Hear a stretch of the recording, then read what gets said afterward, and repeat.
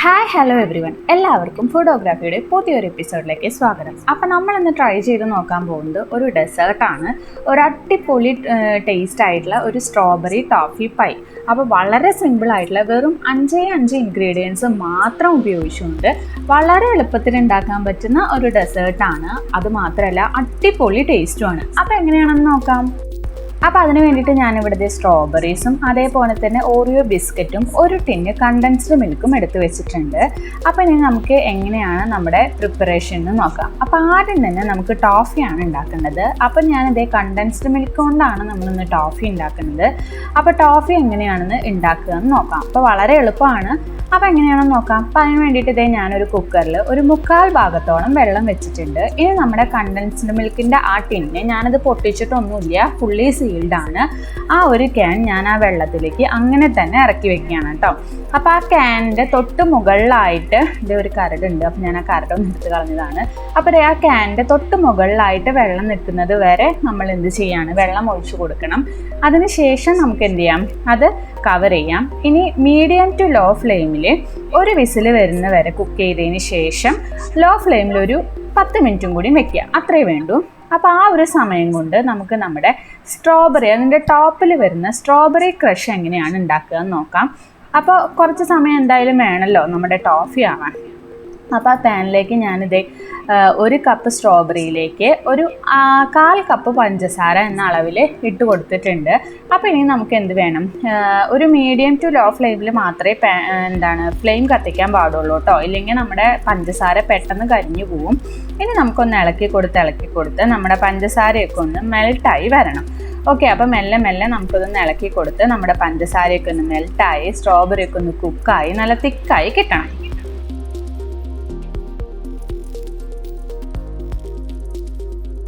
അപ്പോൾ ഈ ഒരു സ്റ്റേജിൽ നമ്മുടെ പഞ്ചസാരയൊക്കെ മെൽറ്റായി വന്നു തുടങ്ങിയിട്ടുണ്ട്. അപ്പോൾ ഇനി നമുക്ക് വേണ്ടത് പഞ്ചസാര നല്ലപോലെ മെൽട്ടായി നല്ല വെള്ളമായിട്ട് കിട്ടണം. അതേപോലെ തന്നെ നമ്മുടെ സ്ട്രോബെറിയുടെ ജ്യൂസൊക്കെ ഇറങ്ങി സ്ട്രോബെറി നല്ല രീതിയിൽ കുക്കായി കിട്ടണം. ഇതൊക്കെ പെട്ടെന്ന് തന്നെ നടക്കട്ടോ, ഒരുപാട് സമയമൊന്നും വേണ്ട, പെട്ടെന്ന് ചെയ്തെടുക്കാൻ പറ്റുന്നൊരു പരിപാടിയാണ്. അപ്പോൾ ഇത് മെൽട്ടായി ഇത് കണ്ടോ. ഇപ്പോൾ അതേ പഞ്ചസാരയൊക്കെ ഫുള്ളി മെൽട്ടായിട്ട് ചെറുതായിട്ട് ഇങ്ങനെ തിളച്ചൊക്കെ വരുന്നുണ്ട് കേട്ടോ.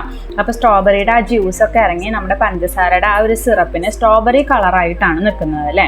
ഇപ്പോൾ നമ്മുടെ സ്ട്രോബെറി ഒന്ന് ഞാൻ സ്പാറ്റിൽ വെച്ചിട്ടൊന്ന് കട്ട് ചെയ്യാൻ പറ്റുന്നുണ്ടോ നോക്കുന്നുണ്ട്. അപ്പോൾ അത് കുക്കായി കഴിഞ്ഞാൽ നല്ല സോഫ്റ്റായിട്ട് കിട്ടും. അപ്പോൾ നമുക്ക് ആ സ്ട്രോബെറി ഒന്ന് വേവുന്നത് വരെ അല്ലെങ്കിൽ കുക്കാവുന്നത് വരെ ഒന്ന് വെയിറ്റ് ചെയ്യാം.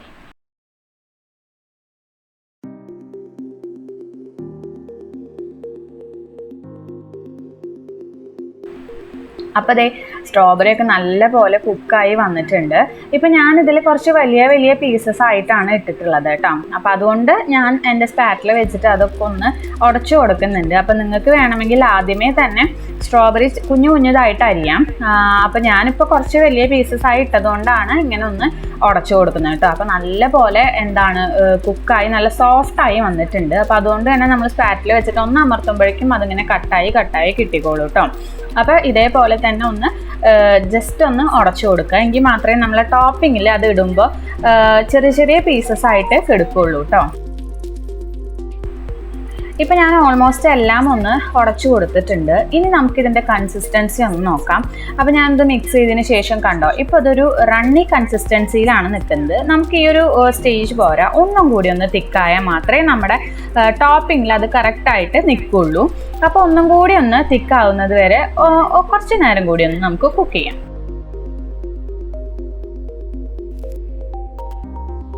അപ്പോൾ വീണ്ടും കുറച്ച് സമയം കഴിഞ്ഞപ്പോൾ നമുക്ക് ഒന്നും കൂടി നോക്കാം. അപ്പോൾ ഇപ്പം നമുക്ക് ഇങ്ങനെ ഡ്രോപ്പ് ആയിട്ട് അത് വരുന്നുള്ളൂ അല്ലേ. അപ്പോൾ ഈ ഒരു സ്റ്റേജ് മതി. ഇനി ഇത് തണുത്ത് കഴിയുമ്പോൾ ഒന്നും കൂടിയും ഒന്ന് തിക്കാവും. അപ്പോൾ ഈ ഒരു സ്റ്റേജിൽ നമുക്ക് സ്റ്റൗ ഓഫ് ചെയ്യാം കേട്ടോ.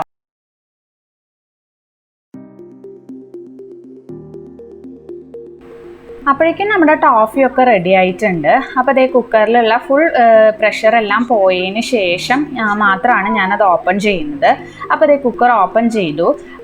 ഇപ്പോൾ തൊടാൻ നിൽക്കണ്ട, നല്ല ചൂടായിരിക്കും. ആ ടിന്നും നല്ല ചൂടിലാണ്. അപ്പോൾ തണുത്തതിന് ശേഷം നമുക്കത് ഓപ്പൺ ചെയ്യാം. അപ്പോൾ അത് തണുക്കുന്ന സമയം കൊണ്ട് നമുക്ക് അതിൻ്റെ ബേസ് ആയിട്ടുള്ള ബിസ്ക്കറ്റ് ലെയർ റെഡിയാക്കി എടുക്കാം. അതിന് വേണ്ടിയിട്ട് ഞാനിവിടെ ഓറിയോ ബിസ്ക്കറ്റ് ആണ് എടുത്തിട്ടുള്ളത്. അപ്പോൾ ഞാൻ അതിൻ്റെ ക്രീം ഒന്നും സെപ്പറേറ്റ് ചെയ്യുന്നില്ല. ഞാനൊരു 2 പാക്കറ്റ് ബിസ്ക്കറ്റിൽ ഒരു 1.5 പാക്കറ്റോളമാണ് എടുക്കുന്നത്. അപ്പം നിങ്ങളുടെ പാത്രം, അതായത് നിങ്ങൾ ഇത് സെറ്റ് ചെയ്യാൻ എടുക്കുന്ന പാത്രത്തിൻ്റെ വലിപ്പത്തിനനുസരിച്ച് എടുക്കുക കേട്ടോ, ബിസ്ക്കറ്റ് എത്ര വേണം എന്നുള്ളത്.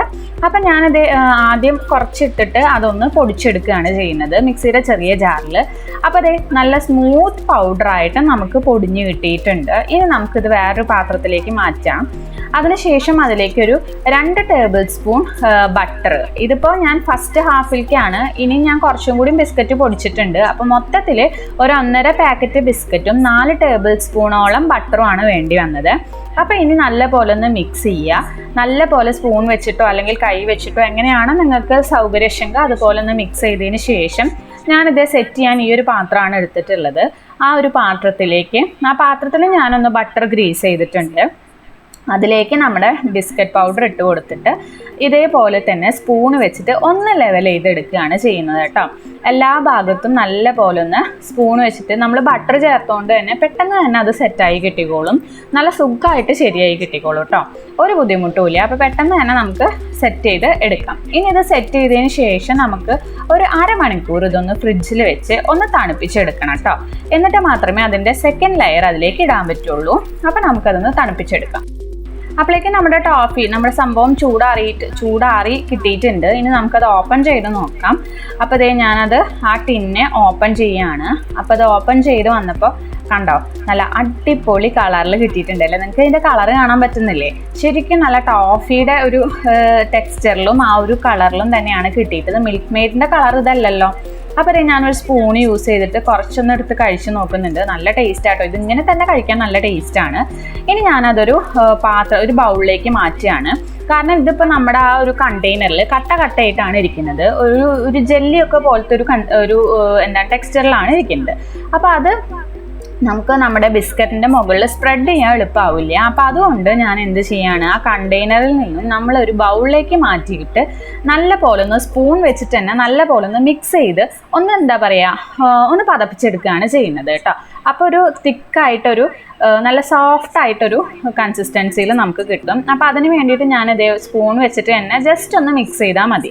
ബീറ്ററൊക്കെ ഉണ്ടെങ്കിൽ ഒന്നും കൂടിയും ഇതായി കിട്ടും. പക്ഷെ അതിൻ്റെ ഒന്നും ആവശ്യമില്ല കേട്ടോ. ജസ്റ്റ് സ്പൂൺ വെച്ചിട്ട് മിക്സ് ചെയ്താൽ തന്നെ നല്ല രീതിയിലൊന്ന് മിക്സ് ചെയ്ത് കഴിഞ്ഞാൽ കണ്ടോ നിങ്ങൾക്ക് തന്നെ കാണാൻ പറ്റും. ഞാൻ സ്പൂൺ മാത്രമേ യൂസ് ചെയ്തിട്ടുള്ളൂ.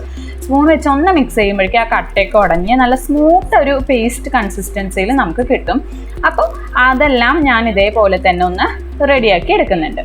ഇനി സെറ്റ് ചെയ്യേ വേണ്ടോ. ഇപ്പം നമ്മുടെ 3 ലെയറും റെഡി ആയിട്ടുണ്ട്. അപ്പം ഞാനിതേ ഫ്രിഡ്ജിൽ നിന്ന് ആ ബിസ്ക്കറ്റ് ലെയർ എടുത്തിട്ടുണ്ട്. ഇനി അതിൻ്റെ മുകളിലേക്ക് നമ്മുടെ ടോഫിയാണ് സ്പ്രെഡ് ചെയ്ത് കൊടുക്കുന്നത്. അപ്പോൾ സ്പൂൺ വെച്ചിട്ട് സ്പ്രെഡ് ചെയ്യാൻ കുറച്ച് ബുദ്ധിമുട്ടാണ്. ചിലപ്പോൾ നമ്മുടെ ബിസ്ക്കറ്റ് ലെയർ കറക്റ്റായി സെറ്റ് ആയില്ലെങ്കിൽ അതിങ്ങനെ പറഞ്ഞു പോലും കേട്ടോ. എനിക്ക് ആദ്യം അങ്ങനെ ഒരു അനുഭവം ഉണ്ടായിട്ടുണ്ട്. അപ്പോൾ മെല്ലെ സ്പ്രെഡ് ചെയ്ത് കൊടുക്കുക. ഒരുപാട് അമർത്തിയിട്ടൊന്നും സ്പ്രെഡ് ചെയ്യണ്ട. അപ്പോൾ കുറച്ചും കൂടി നല്ലത് സ്പാറ്റില എന്ന് തോന്നിയുകൊണ്ടാണ് ഞാൻ സ്പാറ്റില എടുത്തിട്ട് ഒന്ന് സ്പ്രെഡ് ചെയ്ത് കൊടുത്തത് കേട്ടോ. അപ്പോൾ എല്ലാ ഭാഗത്തേക്കും ആ ഒരു ടിൻ ഫുൾ ഞാൻ സ്പ്രെഡ് ചെയ്ത് കൊടുത്തിട്ടുണ്ട്. അപ്പോൾ എൻ്റെ പാത്രം കുറച്ച് വലുതായതുകൊണ്ടാണ് കേട്ടോ. ചെറിയ പാത്രമൊക്കെ ആണെങ്കിൽ ചിലപ്പോൾ ഇത്രയധികം വേണ്ടി വരില്ല. ഇനി അതിൻ്റെ മുകളിലേക്ക് നമ്മുടെ സ്ട്രോബെറി ക്രഷാണ് ചേർത്ത് കൊടുക്കുന്നത്.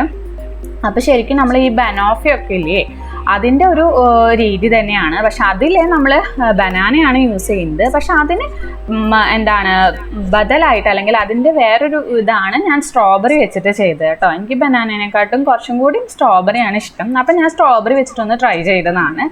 അപ്പോൾ അതിൻ്റെ മുകളിൽ നമ്മുടെ സ്ട്രോബെറി ഫുള്ളായിട്ട് ഇട്ട് കൊടുക്കുകയാണ്.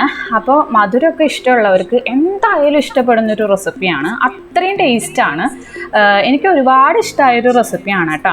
അപ്പോൾ മധുരം ഉള്ള ഐറ്റംസ് ഇടാൻ പറയുന്ന എൻ്റെ ഫ്രണ്ട്സിനൊക്കെ വേണ്ടിയിട്ട് ഞാൻ ഡെഡിക്കേറ്റ് ചെയ്യുകയാണ്. അപ്പോൾ എന്തായാലും ഒരു വട്ടെങ്കിലും ഒന്ന് ട്രൈ ചെയ്ത് നോക്കുക. വളരെ സിമ്പിളാണ്, അധികം പണികളൊന്നുമില്ല. പെട്ടെന്ന് തന്നെ നമുക്ക് ചെയ്തെടുക്കാൻ പറ്റുന്നൊരു സംഭവമാണ്. ഇനി നമുക്കിത് കുറച്ച് നേരം കൂടി ഒരു 1 അവർ ഫ്രിഡ്ജിൽ വെച്ചൊന്ന് സെറ്റ് ചെയ്ത് കഴിഞ്ഞാൽ നമ്മുടെ സംഭവം റെഡിയായി. അപ്പോൾ ഇതേ ഫ്രിഡ്ജിൽ നിന്ന് എടുത്ത വശം തന്നെ ഞാൻ അതിൻ്റെ മുകളിൽ ഒരു ഭംഗിക്ക് വേണ്ടിയിട്ട് ഒരു സ്കൂപ്പ് വാനില ഐസ്ക്രീമും കൂടി വെച്ചിട്ടുണ്ട് കേട്ടോ.